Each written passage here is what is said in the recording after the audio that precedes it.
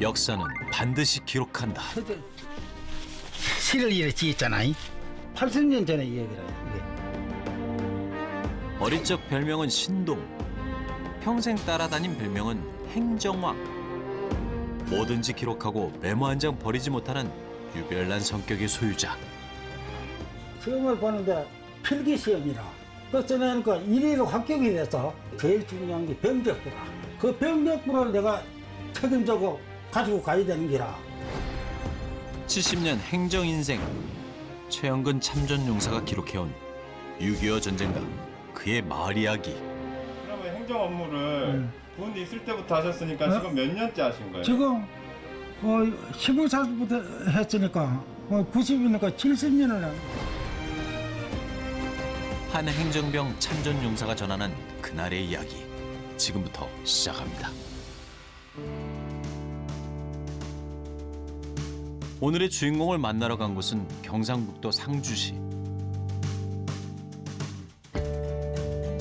문 앞부터 포스가 남다릅니다. 지방 가득 쌓여있는 문서며 상패.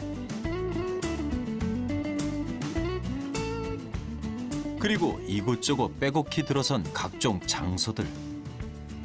방마다 제일 먼저 눈에 들어오는 건 손때 가득한 책들인데요. 이 책들이 이 집에서 가장 귀한 보물 1호랍니다. 평생을 읽고 쓰는 일에 바쳤다는 오늘의 주인공, 최영근 참전용사. 저 소개를 올리겠습니다. 저희 그 군생활은 그 6.25 당시에 입대를 해가지고 4년 6개월, 6년 만에 제대를 해가지고 고향에 와서 그 공직 생활을 한 최영근이 올시다. 예. 행정병으로 시작해 70년 상주 행정인으로 살아온 최영근 할아버지.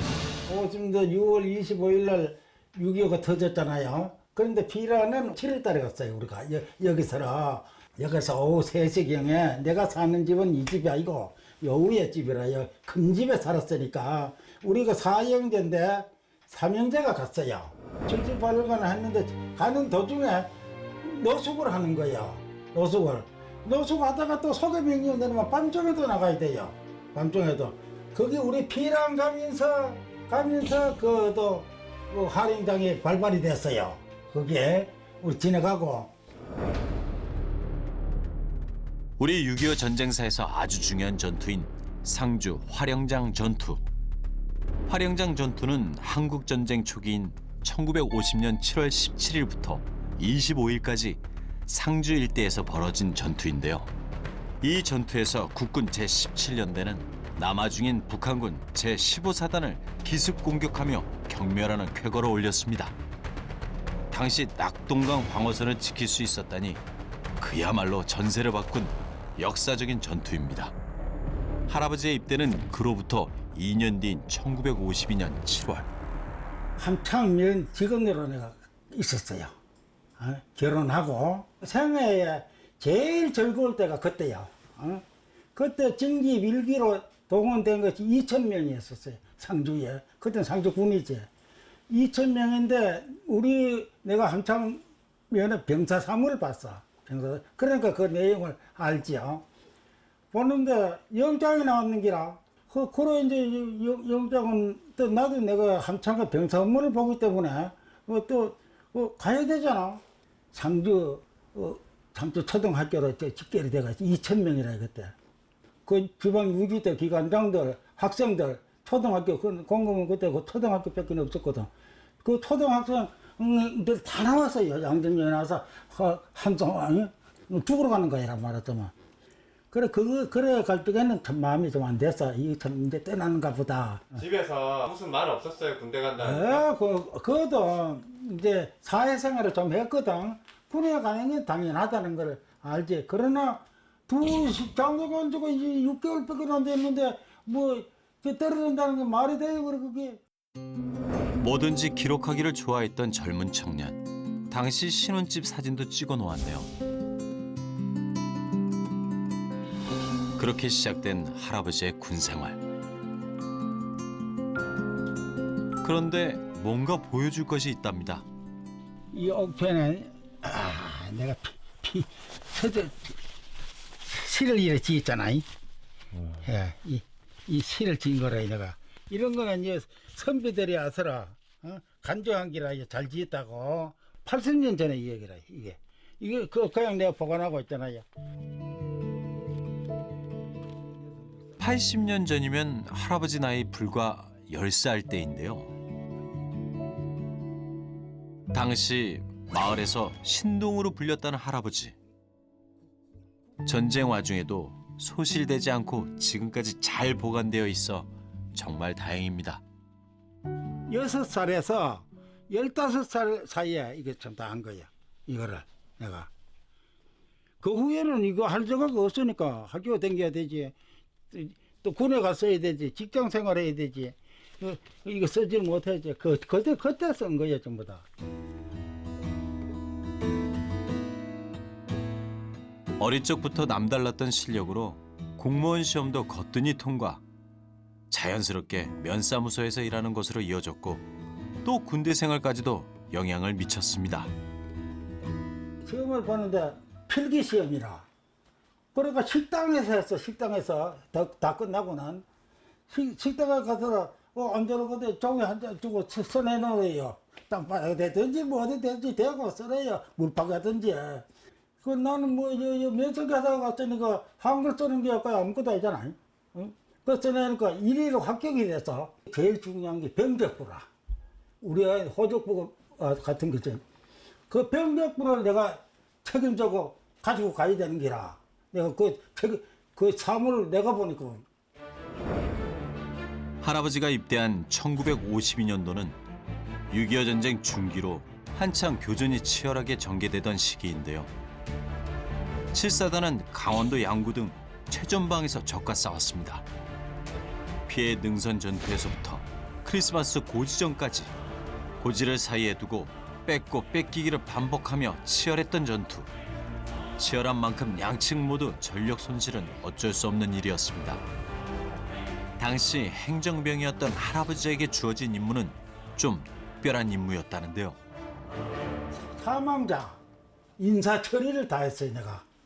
그러니까 누가 죽은 거 안 죽은 거 이거는 험한데도 가봐야 되는 거라요. 전쟁하는 사람들은 이거 총소리만 나면 어디 숨도 이제 지금 숨도 못해요. 병신도 어째 심했어요. 그거는 어느 지역 없어요. 말도 못해. 죽는 거 그거 안 본 사람은 그런 일이 있는가 거짓말이라 그래요. 그러면은 거기 막 시신들하고 막 있는 그곳은 그거 가는 데는 일반 전투 사병하고 이제 사람이 죽으면 정리하는 게 부관부라요. 그게 사과라는 데라. 거기서 전부 정리를 해가지고 죽었나 살았나 확인을 해가지고 정리를 해야 돼. 후속 정리를. 그래야지 상해 군경도 되고 전사도 되고 뭐 하는 거지. 총을 들고 앞장서 싸우는 것도 참혹한 일이었지만 행정병으로서 뒤에서 사망하거나 다친 전우들을 수습하는 일 또한 참혹하기는 마찬가지. 더욱 괴로운 건 다수의 사망자가 발생했을 경우 이를 일일이 파악해 가족들에게 전사 통지서를 보내야 하는 일이었습니다. 누군가의 아들이었고 또 누군가의 아버지였을 전우들.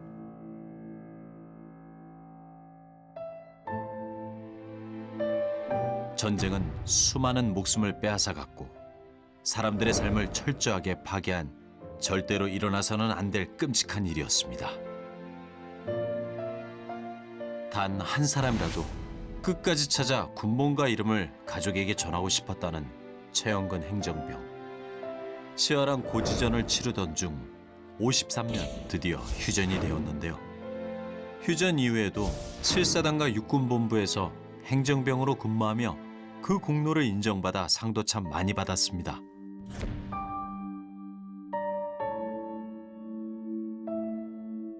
그런데 최영근 할아버지의 전쟁 역사에서 유독 선명한 기억 하나가 있습니다.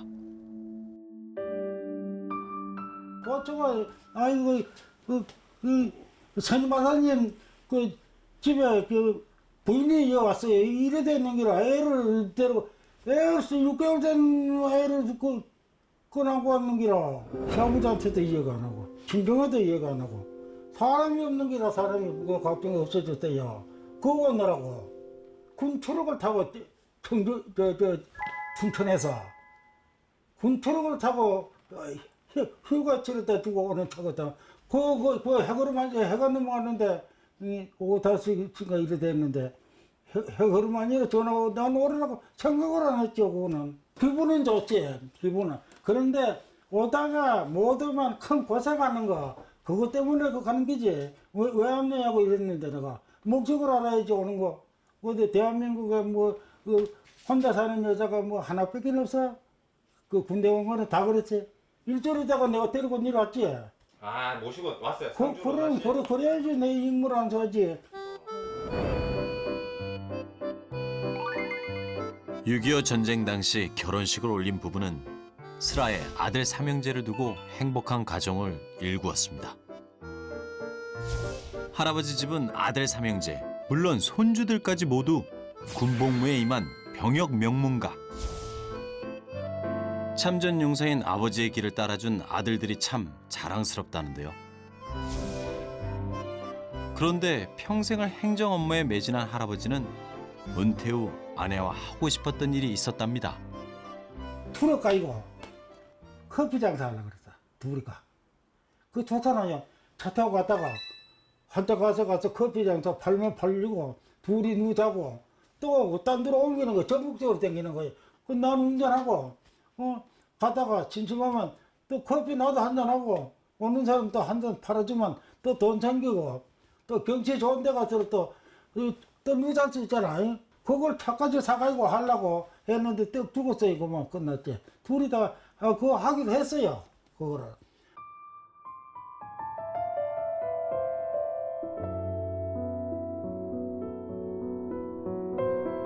은퇴 후 두 분만의 인생을 살고자 꿈꿨는데 너무 일찍 떠나 아내가 지금도 생각납니다. 아내가 사망하기 하루 전 남편에게 남긴 한 장의 편지. 할아버지는 그 내용을 잊지 않으려 지금도 수시로 따라 써보기를 반복합니다. 당신은 나를 사랑했고 나는 당신을 존경해 왔다. 부부 생활 45년을 마지막으로 나는 이제 동자를 따라 가야만 합니다. 기죽지 말고 여생을 행복하게 사세요. 아내의 편지에는 두고 가는 남편과 자녀들에 대한 애틋함이 고스란히 담겨 있습니다. 전쟁이라는 가혹한 역사 속에서 사랑을 이루었고 함께 온 삶. 금난씨, 내 생각 안 나는가? 그 참 대사 때보다 싸운 생각을 나 지금도 안 잊고 있는데 행복하라고 내가 죄를 두 번씩 세 번씩 하는데 그거 보고 있는지 모르겠네. 응? 천당에 계시지 지금? 응? 그 계실게 나도 그래 생각하고 있어. 나도 지금 사는 게 천당에 살고 있어. 응? 그런데 나는 지금 이러와 아직 내가 혼자 있는 게 좀 기분은 좋질 않아. 44년 동안 살았지만은 남보다 그 젊은밖에도 못 살았잖아. 내가 뭐 그만하겠어.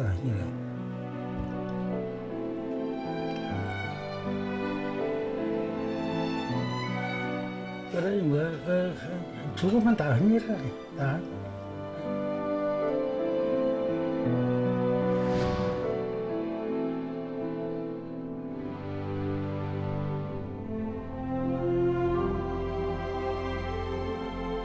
할아버지가 수시로 찾는다는 상주 박물관. 상주의 역사가 전시되어 있는 곳입니다.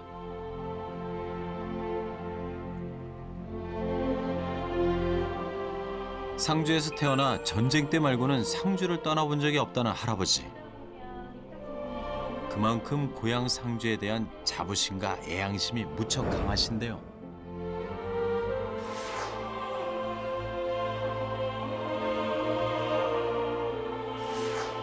근현대사 전시구역엔 할아버지가 지금도 기억하는 사람들은 물론 마을과 옛 공간들에 대한 모습이 전시되어 있어 할아버지가 즐겨 찾는 곳입니다.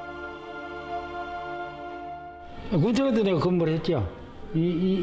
그때는 이런 게 없었어. 그 전에 찍은 기라 이거는 50년대 뭐라 그러니까 그 전에 찍은. 그 자꾸 수리를 했거든요. 수리를 했는데 우리 설정은 달랐지. 할아버지는 이 박물관과 특별한 인연이 있다는데요. 바로 할아버지가 간직해온 여러 사료들을 기증한 것입니다. 어르신께서 정리를 잘 해놓으셔가지고 지금 한 장도 빠진 게 없을 걸. 네. 빠지면. 제가 읍사무소 있을 때 이게 다 이렇게 모아놓기가 쉽지가 않은데 보관 철저하네요. 잘했네. 요거는 이건 한번 봐요. 1991년 건 그렇네요. 1번부터 있는데. 네, 여기서부터. 그때 종이가 질이 이렇잖아요. 이걸 한 개가 여기. 19, 22. 여기 있네, 여기. 1호가. 일단 뭐 공갈못의 옛날 이게 네, 초가집으로 사진 하나. 초가집 공갈못이 지금 유명한 못이니까요. 가만히시죠. 이런 건 이제 면사무소. 네, 공공 면사무소가 옛 모습이 이랬다는 거. 그다음에 여기 뭐 이런 자전거는 상주가 또 자전거에 그것도 놓으시니까 자전거 이렇게 있지. 사진 속에서 그런 모습을 다양하게 보여줄 수 있다는 측면에서는 네, 근대 자료로 의미가 있습니다. 네.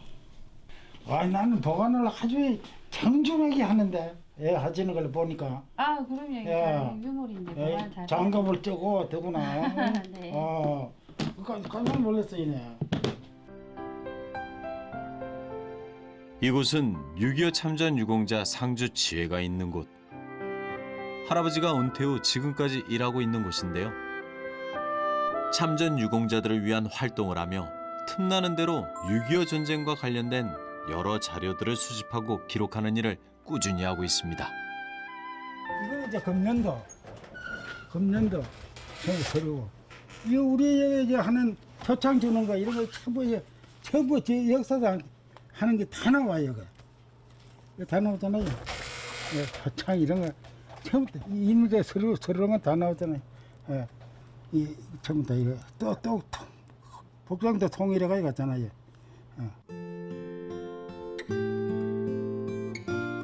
지회에서 일어난 작은 일까지 그간 있었던 일을 모두 빠짐없이 기록하고 또 보관하는 할아버지. 활용장도 그렇지, 또 교육이 있지, 여러 가지가 있어요. 또 전적지 순례 있지, 또 학생 교육이 있지. 그런 걸 전부 다 달달하게 거진다 하고 하잖아요. 1년에. 그러면 행정 업무를 군 있을 때부터 하셨으니까 지금 몇 년째 하신 거예요? 지금 15살부터 했으니까 90이니까 70년을 한 이제 행정을.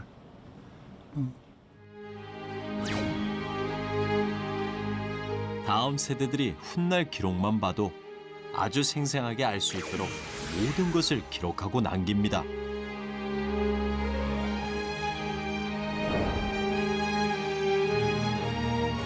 면장을 거치며 그간 시민들을 위해 활발한 활동을 벌여왔다는데요. 특히 상주 활영장 전투를 대외적으로 알리는 일에 적극적으로 참여해 왔습니다.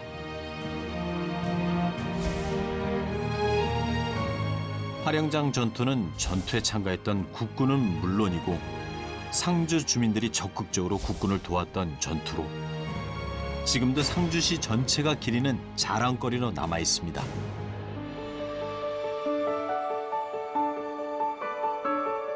(2년) 전엔 이 멋진 활영장 전투 전승 기념관을 세워 그 뜻을 기리고 있습니다.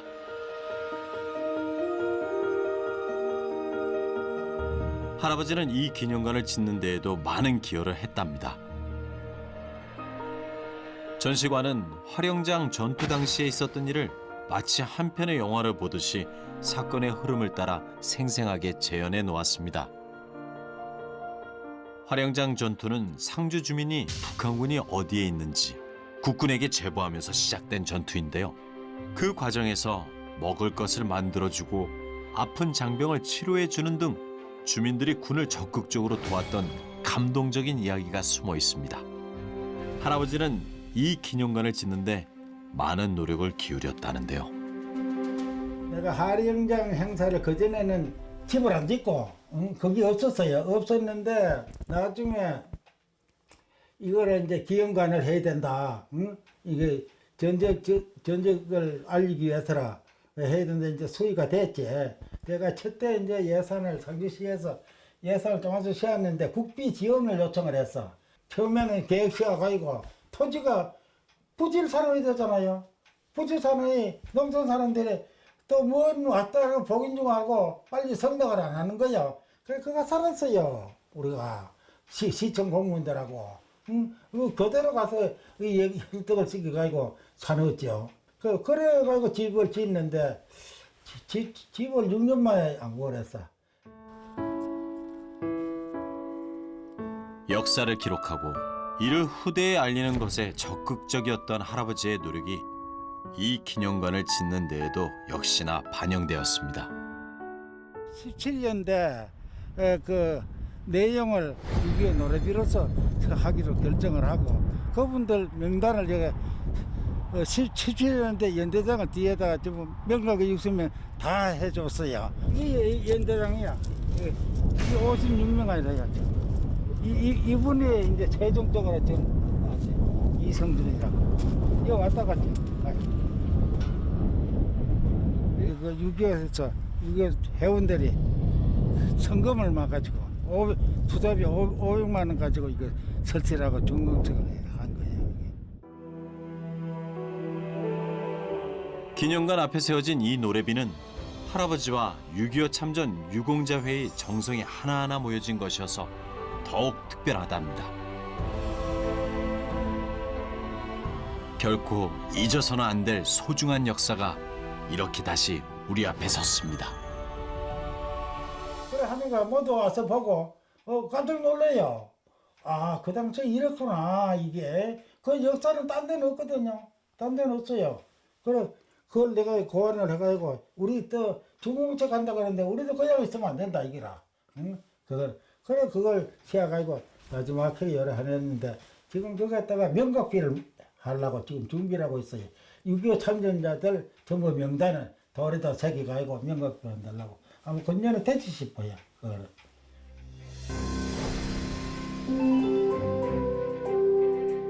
역사를 기록하고 전승해온 삶의 궤적이 또 다른 역사를 만들고 있습니다. 특히 6.25 전쟁에 대한 기록을 남기고 바로 세우는 데 총력을 다해온 길.